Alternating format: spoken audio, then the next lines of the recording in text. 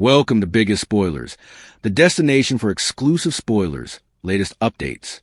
At the sanitarium, Ava stops by to see Portia, who tells her friend Alexis subpoenaed her to swear moment.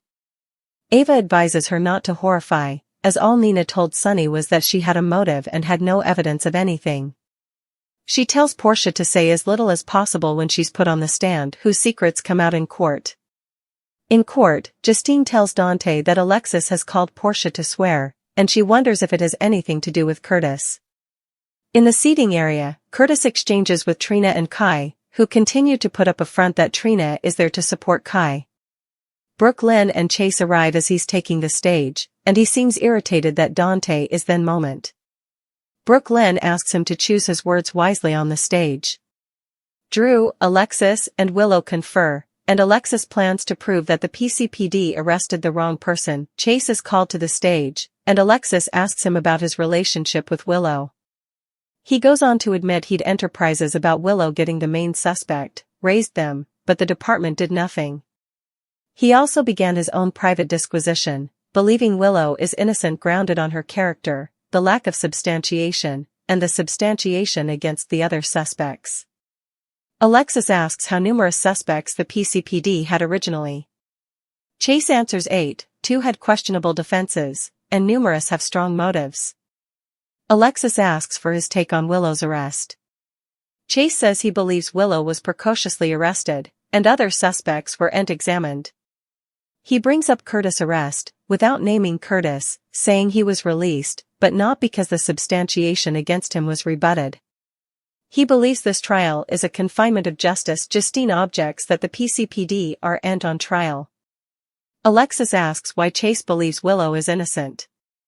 He explains there's no concrete evidence, there's no substantiation placing her at the scene of the crime, and they can't prove how the gun ended up in her room. Turner cross-examines, asking Chase whether, in his disquisition, he was suitable to prove Willow was innocent. Chase could not. Chase steps down, and Dante orders him to meet him at the station, now. Portia and Ava arrive, and Alexis calls Portia to the stage. As Portia is sworn in, Drew panics and asks why she's putting Portia on the stage. Alexis says it'll help Willow's case. Alexis questions Portia and asks her if she's ever used her access to the sanitarium records to falsify a test result. Portia admits she has, and explains why she tampered with Heather Weber's results. Alexis asks if anyone set up out, and Portia admits Drew was one of the people who set up out, and he blackmailed her. Portia goes on to explain that Drew wanted Curtis to use Sunup Media to pull negative content about him. Alexis asks if Portia hates Drew. Portia says she does, but she didn't shoot him. Alexis asks if she's been to the Quartermain estate, and Portia says she visited Monica several times a month. Alexis asks if she knew of Edward's gun collection, but Portia answers that she didn't. Alexis asks where Portia was when Drew was shot. Portia tries to avoid the question and cries, "Please don't do this, you won't get the answer you're looking for." Alexis pushes, and Portia eventually reveals she was in Isaiah's hostel room that night. Portia explains that her marriage was over and that she had been leaning on Dr. Gannon. Alexis has no farther questions, and Portia cries, "Trina, Curtis, I'm so sorry." Trina runs out, and Kai goes after her.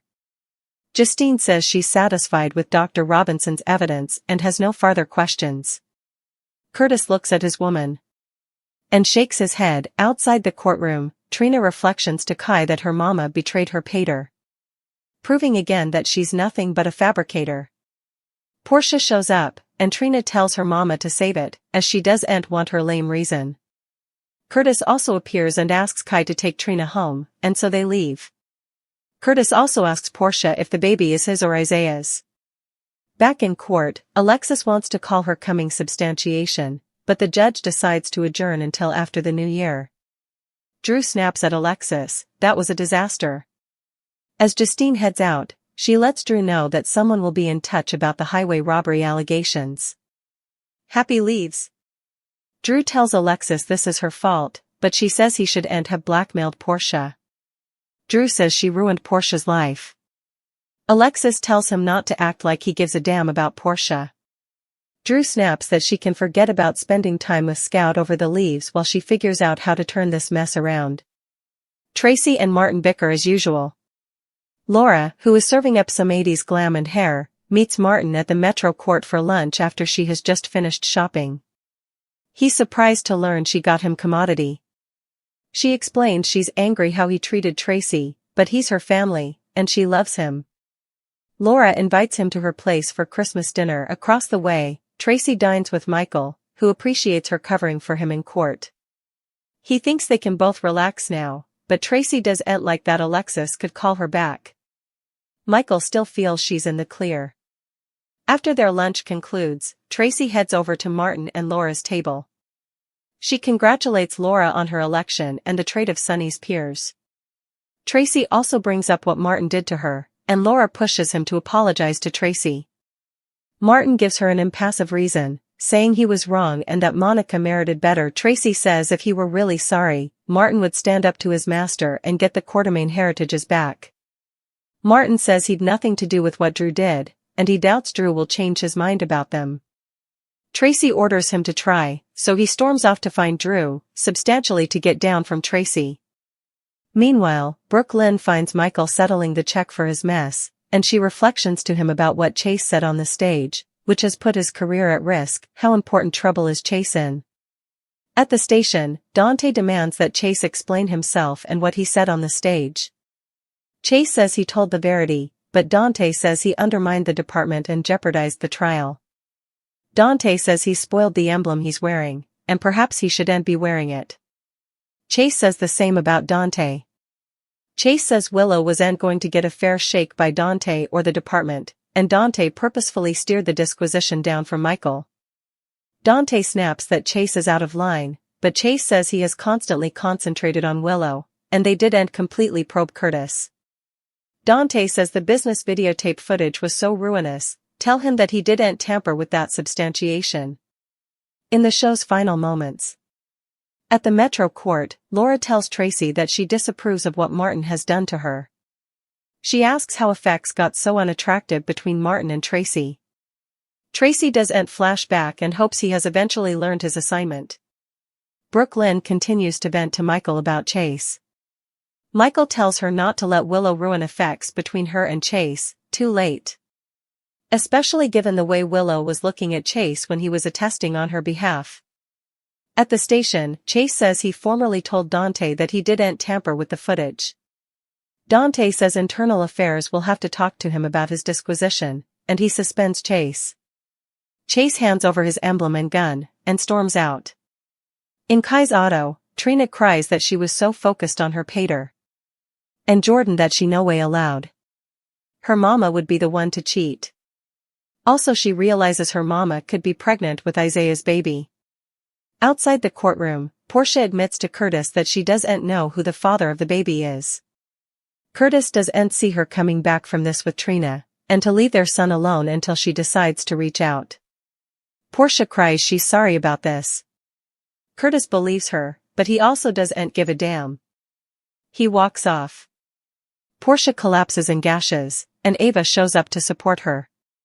Willow and Drew leave the court and are bombarded by journalists about his highway robbery of Portia. He has no comment and principally drags Willow through the crowd. Back in court, Alexis is on the phone with Suzanne when a man hands her an envelope. She opens it and reads it. It's an anonymous letter saying, on the night of Drew's firing, Michael was at Drew's house, and Tracy Quartermaine saw him. Merry Christmas. The crisp, antiseptic air of General Hospital did little to calm Portia Robinson's frayed nerves. Ava Jerome, a vision of composed elegance, found her friend trembling by a window. Portia's words tumbled out in a terrified rush. Alexis Davis had subpoenaed her to testify in Drew Kane's shooting trial that very day. Ava, ever pragmatic, placed a steadying hand on her arm. Don't panic, she advised, her voice low and sure. All Nina told Sonny was that you had a motive. She had no proof. The key is to say as little as possible. Answer only what is asked, and nothing more. Portia nodded, clinging to the advice as a lifeline, unaware of how thoroughly her secrets were about to be laid bare. In the crucible of the courtroom. The atmosphere in the courtroom was thick with tension. Assistant District Attorney Justine Phillips noted Dante Falconeri's presence with a raised eyebrow, wondering aloud if Alexis's sudden call for Portia was linked to Curtis Ashford. In the public seating, Curtis himself maintained a strained conversation with his daughter, Trina, and her boyfriend, Kai. The young couple persisted in their fragile facade that Trina was there solely for Kai's moral support. A new wave of anxiety arrived with Brooklyn Quartermain and Harrison Chase. Chase, preparing to take the stand, was visibly unsettled by Dante's watchful gaze. Brooklyn, her concern for him overriding all else, grasped his hand. "Choose your words wisely up there," she whispered, a plea etched on her face. Across the aisle, Drew, Alexis, and Willow Tate convened in a determined huddle. Alexis's strategy was clear. She intended to dismantle the PCPD's case piece by piece and prove they had arrested the wrong person. Chase was called first. Under Alexis's methodical questioning, he outlined his professional dissent. He admitted to voicing concerns about Willow becoming the prime suspect, concerns the department ignored, prompting his own unofficial investigation. His belief in her innocence, he stated, was rooted in her character, the complete lack of physical evidence placing her at the scene, and the unexplained journey of the murder weapon to her room. When pressed, he revealed the PCPD had initially identified 8 suspects, several with powerful motives and shaky alibis. Willow's arrest was premature, Chase asserted, his voice firm. Other suspects weren't adequately examined. He pointedly referenced Curtis's brief arrest, noting the man's release wasn't due to exonerating evidence. This trial, Chase concluded, is a miscarriage of justice. Justine's objection that the police were not on trial was swift. On redirect, Alexis asked Chase to plainly state why he believed Willow innocent. "There is no concrete proof," he reiterated. "No evidence places her at the scene, and the provenance of the gun remains a mystery." Turner's cross-examination was brief and cutting. "In your investigation, detective, were you able to conclusively prove Willow Tate's innocence?" Chase was forced to concede he could not. As he stepped down, Dante's voice cut through the murmuring room, an order delivered through gritted teeth: "Meet me at the station. Now." The entrance of Portia and Ava sent a new ripple through the crowd. As Alexis called Portia to the stand, Drew's composure shattered. "Why would you put her up there?" he hissed at his attorney. Alexis remained impassive. "It will help Willow's case." Her confidence seemed dangerously misplaced. Portia took the oath, her voice barely audible. Alexis began gently, asking about her professional integrity. The question, had she ever falsified hospital records, hung in the air. After a tortured pause, Portia admitted she had, detailing her tampering with Heather Weber's test results. "And did anyone discover this?" Alexis pressed. Portia's eyes flickered toward Drew. "Drew Kane found out," she whispered. "He blackmailed me." She explained how Drew had demanded Curtis use Aurora Media to suppress negative stories about him. "Do you hate Drew Kane?" Alexis asked. "Yes," Portia confessed, "but I did not shoot him." The questions turned to the Quartermain estate. Portia confirmed regular visits to Monica but denied knowledge of Edward's gun collection. Then came the critical inquiry, her whereabouts on the night Drew was shot. Portia crumpled, a sob escaping. "Please don't do this," she begged Alexis. "You won't get the answer you're looking for." Alexis, unrelenting, pushed for the truth. Finally, broken, Portia revealed it: "I was in Dr. Isaiah Gannon's hotel room." She offered the crumbling state of her marriage as context, explaining she had been leaning on her colleague for support. With her statement, a family imploded. "Trina, Curtis, I'm so sorry," Portia cried out as she left the stand. Trina fled the courtroom, Kai close behind, while Curtis could only stare at his wife, shaking his head in devastated disbelief. Justine, with a satisfied gleam, declined cross-examination. Collateral damage, fractured families. The hallway outside became a stage for heartbreak. Trina, furious and betrayed, unloaded on Kai. "She lied to my dad's face. She's proving, over and over, that she's nothing but a liar." When Portia emerged, desperate to explain, Trina cut her off. "Save it, Mom. I don't want your lame apology." Curtis appeared, a wall of icy control, asking Kai to take Trina home. Once they were gone, he turned to his wife, the question they both dreaded finally voiced, "Is the baby mine? Or is it Isaiah's?" Inside, Alexis moved to call her next witness, but the judge, citing the hour and the holiday, gavelled the session to a close, adjourning until after the new year. Drew immediately turned on Alexis, his anger volcanic. "That was a disaster." Justine paused on her way out, offering Drew a chillingly cheerful, "Someone will be in touch about those extortion accusations." "Happy holidays." Drew blamed Alexis entirely. She fired back that he never should have blackmailed Portia. "You ruined her life," he accused. "Don't act like you give a damn about Portia," Alexis retorted, her own temper flaring. The conflict escalated until Drew delivered a final, low blow. "You can forget about spending time with Scout over the holidays while you figure out how to turn this mess around." Interludes and intrigues. Amidst the legal drama, other lives intersected. Laura Collins, radiating classic elegance, met her brother, Martin Gray, for lunch at the Metro Court. She presented him with a gift, a gesture of familial love despite her anger over his treatment of Tracy Quartermaine. She extended an invitation to Christmas dinner, a olive branch he reluctantly accepted. Nearby, Tracy dined with Michael Quartermaine, thanking him for his court coverage. Michael believed they were in the clear, but Tracy remained wary of Alexis. After their meal, Tracy descended upon Martin and Laura's table. After offering congratulations to Laura, she excoriated Martin. Under Laura's pressure, Martin offered a hollow, emotionless apology. Unmoved, Tracy demanded real amends. He must confront his boss, Drew, and retrieve the stolen Quartermaine heirlooms. Martin protested but, eager to escape, stormed off to find Drew. Elsewhere in the restaurant, Brooke Lynn found Michael and unleashed her fear and frustration about Chase's testimony and the dire professional consequences he now faced. A badge surrendered. At the PCPD, Dante's promised confrontation with Chase was explosive. "Explain yourself," Dante demanded. Chase stood by his testimony, declaring it the truth.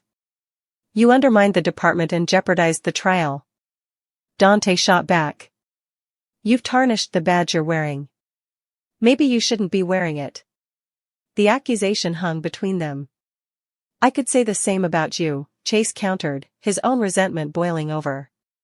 He accused Dante of steering the investigation away from Michael and becoming singularly obsessed with Willow while ignoring flaws in the case against Curtis. Dante snarled that Chase was out of line, defending the damning traffic footage. "Tell me you didn't tamper with that evidence," Dante challenged. Chase denied it, but the damage was done. Dante placed him on immediate suspension, pending an internal affairs investigation. With a look of profound disillusionment, Chase handed over his badge and gun and walked out, his career in tatters. In the quiet of Kai's car, Trina's anger gave way to grief. "I was so focused on Dad and Jordan. I never thought Mom would be the one to cheat." A new, horrifying realization dawned: her mother could be carrying Isaiah Gannon's child. Outside the courthouse, Portia delivered the answer Curtis feared most: she didn't know who the father was. Curtis, his voice devoid of all warmth, told her he didn't see a path back to Trina. "Leave our daughter alone until she decides to reach out." When Portia wept her apologies, he was unmoved. "I believe you're sorry," he said. "I just don't give a damn anymore." As he walked away, Portia collapsed, her world in ruins. It was Ava who arrived, a silent pillar of support, to help her broken friend. Willow and Drew faced a different kind of assault, a mob of reporters shouting questions about the extortion scandal. Drew offered a terse no comment and physically shielded Willow as they pushed through the chaotic scrum. Back in the now empty courtroom, Alexis reviewed the day's wreckage on the phone with her investigator, Suzanne. A court officer approached, handing her a plain envelope. Puzzled, she opened it. Inside was a single, typewritten line that sent a fresh chill down her spine. On the night of Drew's shooting, Michael was at Drew's house, and Tracy Quartermaine saw him. "Merry Christmas." The anonymous note, a holiday gift wrapped in malice, promised that the new year would bring even more devastating secrets to light. The trial was no longer just about who shot Drew Kane, it had become a sweeping exposé of hidden affairs, corrupt dealings, and the fragile lies holding countless lives together.